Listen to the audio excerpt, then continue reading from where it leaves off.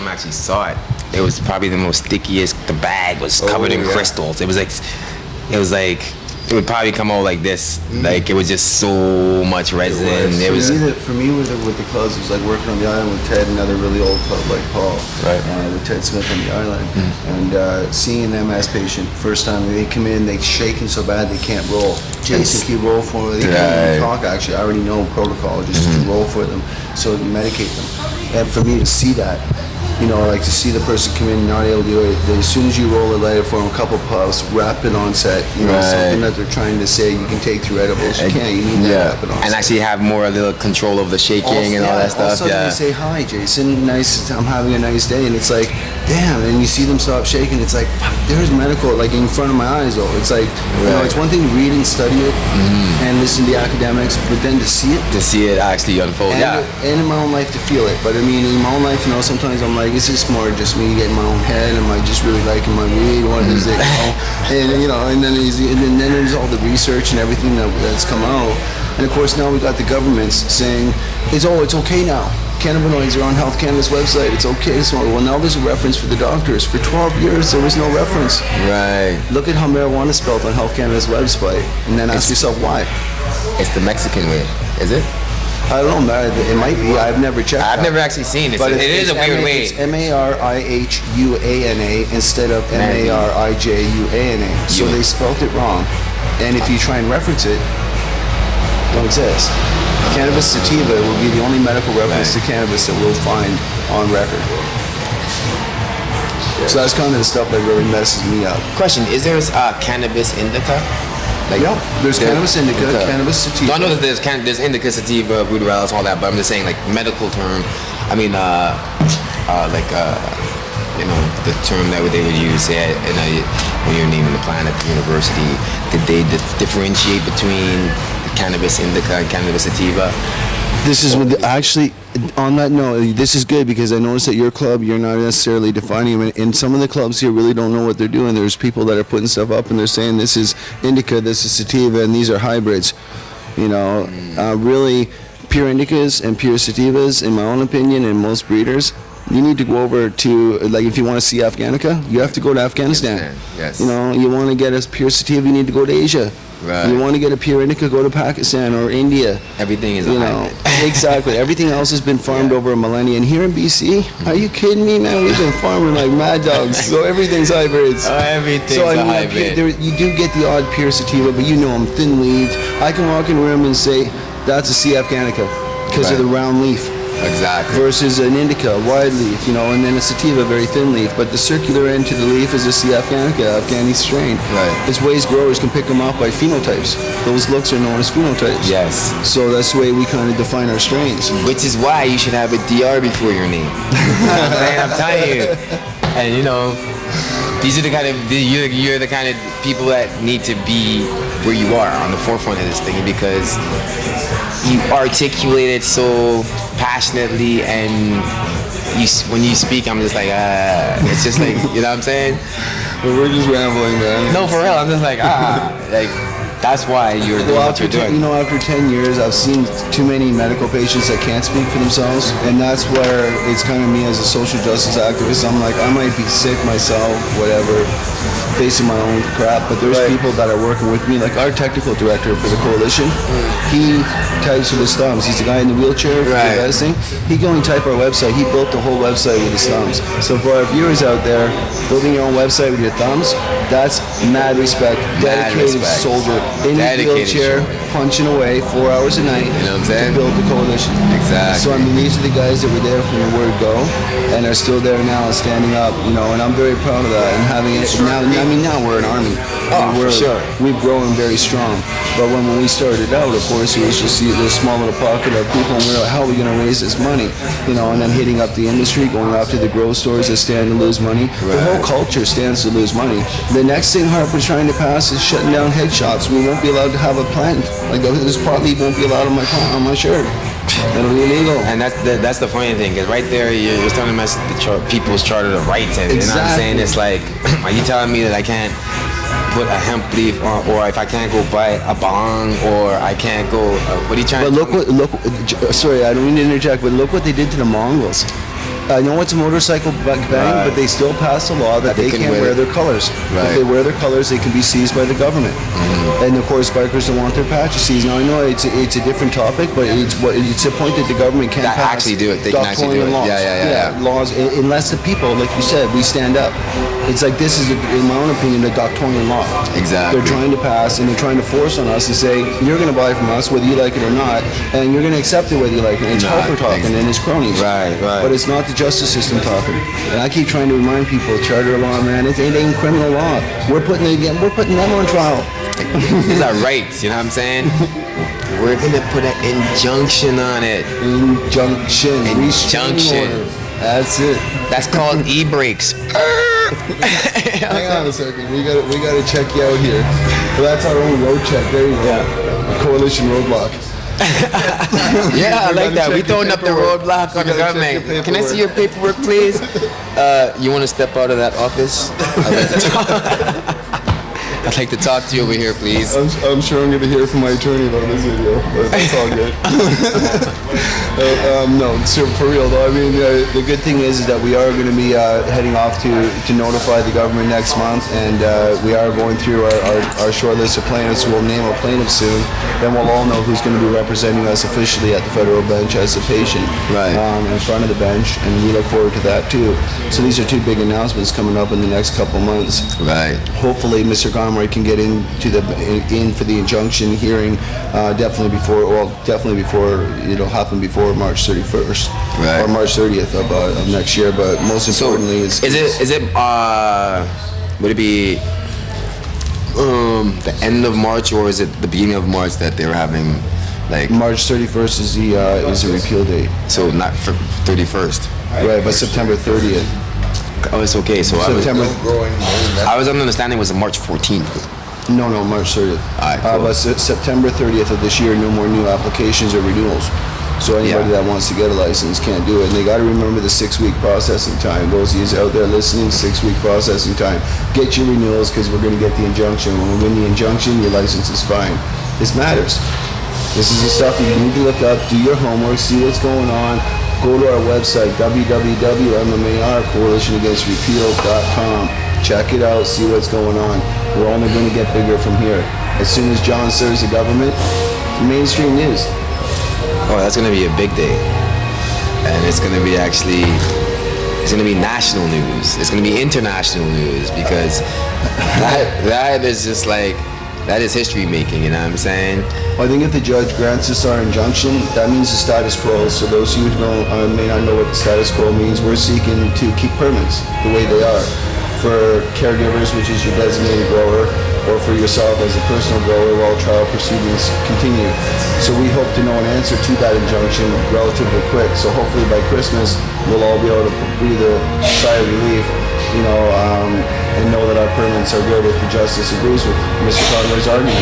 And I believe the injunction is very sound. We believe we have a very sound case, or we wouldn't be going forward, of course. But the injunction aspect of it, for those of you out there stressing, I know Health Canada is giving you those letters saying, hey, you're done.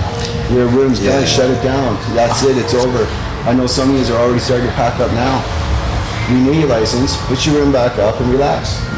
We'll know by Christmas. You still got 3 months, so just chill. Straight up, just chill, smoke, relax, enjoy your garden.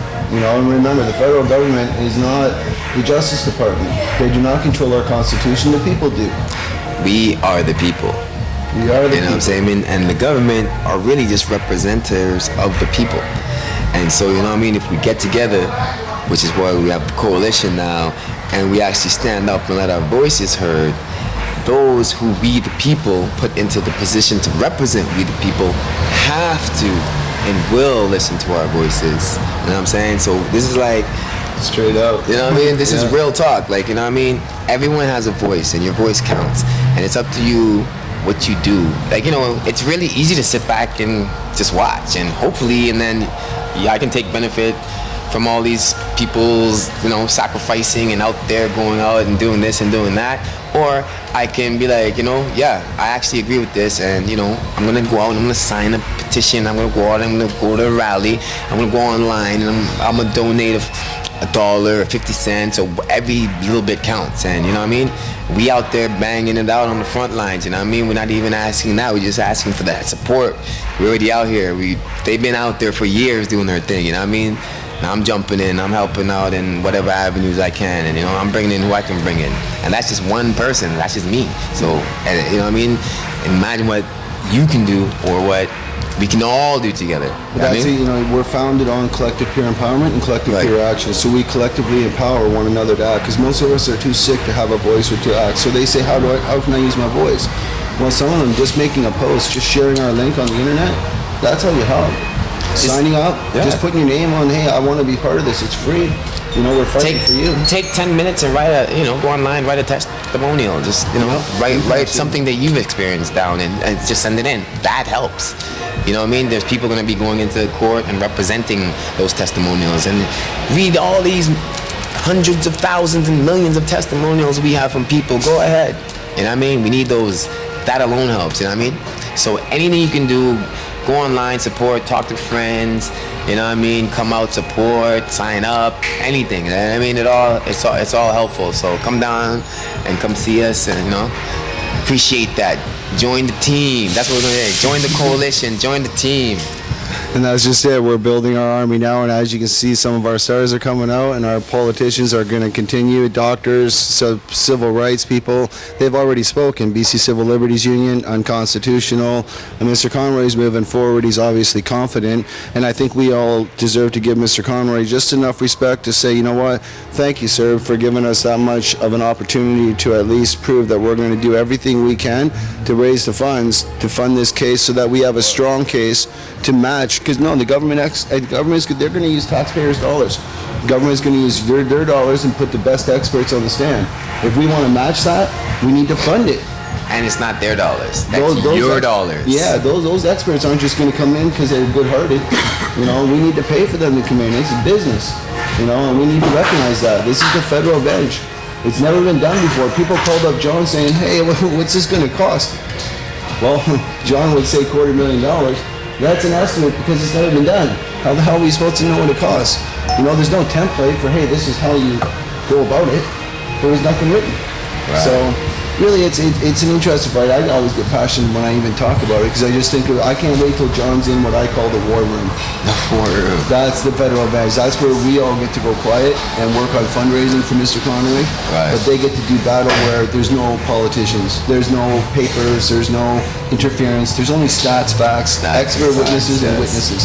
And let's just see what the Crown has, because it's them that's on trial this time, not our motherfucking asses. That's all I know.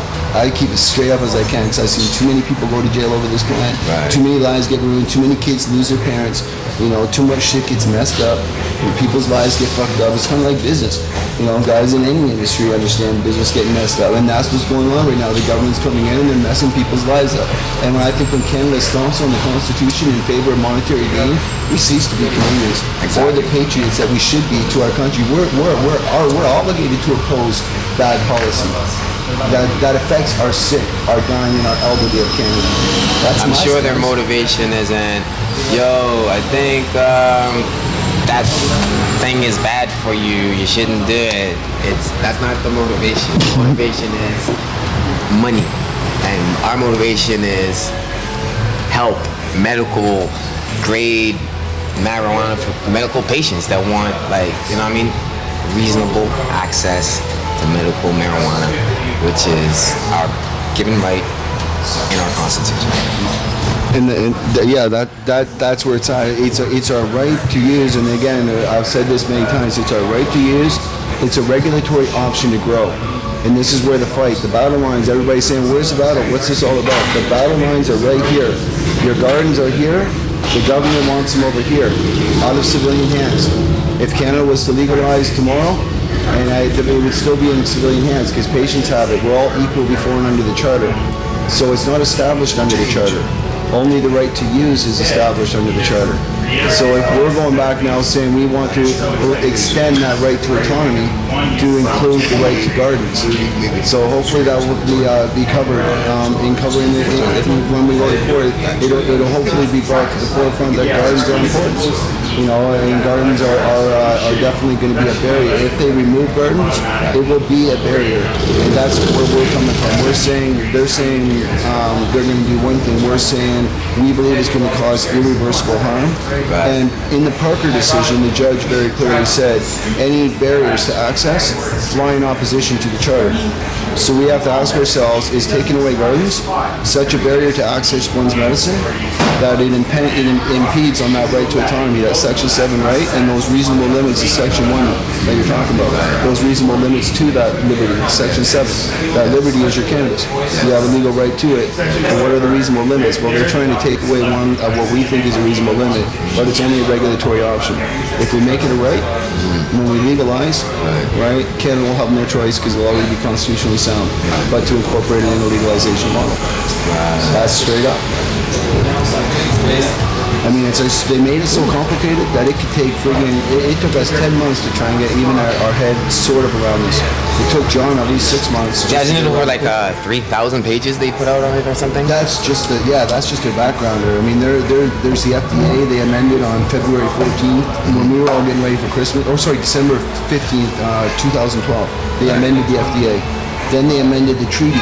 The treaty on fucking genetics, cross-border genetics. The same treaty they tried to use to not allow us to have a program, they actually amended to allow cross-border genetics. And then they moved cannabis, or marijuana as they spell it, in with, now it's called controlled drugs and substances, and tobacco decanate.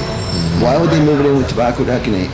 In my own opinion, because the distribution model, and as we've already seen, the standardization and testing and packaging models are all the same. So soon, they might just be in 7-Eleven or a pharmacy if the government gets their way. But they need the gardens first.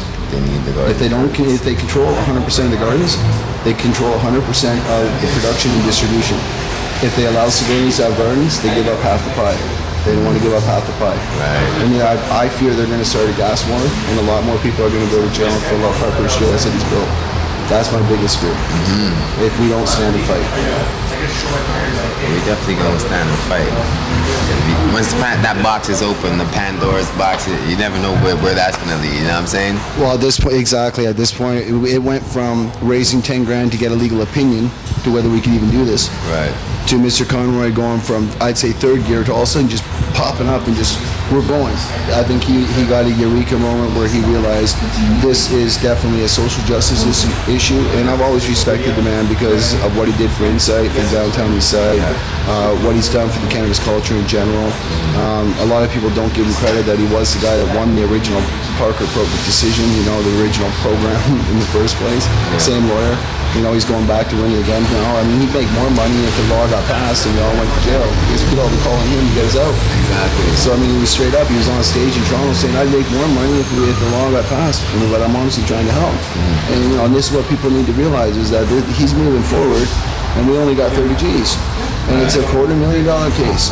So, I mean, 250 grand is not a lot in big industry, but big industry needs to recognize that their shit's on the line, families are on the line, lives are on the line, family lives are on the line. This is where victim impact statements come in. I mean, man, anybody can fill them out, because if you don't want to see your loved one back messed up on friggin' opiates or whatever the doctors want to give them, they're saying that's perfectly okay. You don't want to see that, tell us. We want to hear about it, because that's what we want to show to the judge. We want to be able to show statistical data. We want to be able to show what's going on. We need to hear the voices of the people. Sure, we can build a legal framework around the constitutionality of it, and we're likely going to win it. But we want to win this historically. That's why we built a national coalition. A national coalition. This is east to west. This is nothing about, this is bigger than any one person, province, or really attorney. This really is about Canada and the medical patients in it, and our supporters rising up and opposing a law that is simply doctorian in my own opinion, and in the opinion of many other people as well. 70% of people in BC who can vote say that they would vote to legalize, so You know what I'm saying? Bingo. I'm sure there's all across the country. We just need those people to actually come out. Those of us who are already out. We need the rest of y'all to come on and support. You know what I'm saying? We also need everybody to log on, information. Let them know where they can log on again. www. Google MMAR Coalition. Right. That's the fastest way, because if I give you the long address, it's just harder to remember. Google MMA Coalition, MMAR Coalition will come right up on top. That's just good blueberry for y'all. Right. So no, for real, straight up. I mean, go to Google MMAR Coalition, check it out, because here there's some medical patients flying around, but these are also frontline fighters in the trenches. We're fighting for you and we're fighting for your clients. You know, and get informed on the real and what's really going on at the same time. You know what I mean?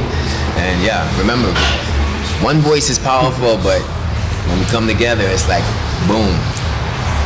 There it is, straight up. Once again, Red, thanks for coming on, man. You know. Hey, well, thanks for having me, man. Totally, straight up. I gotta get back to the shop now. Right on. Thanks again. We'll see you in the next show.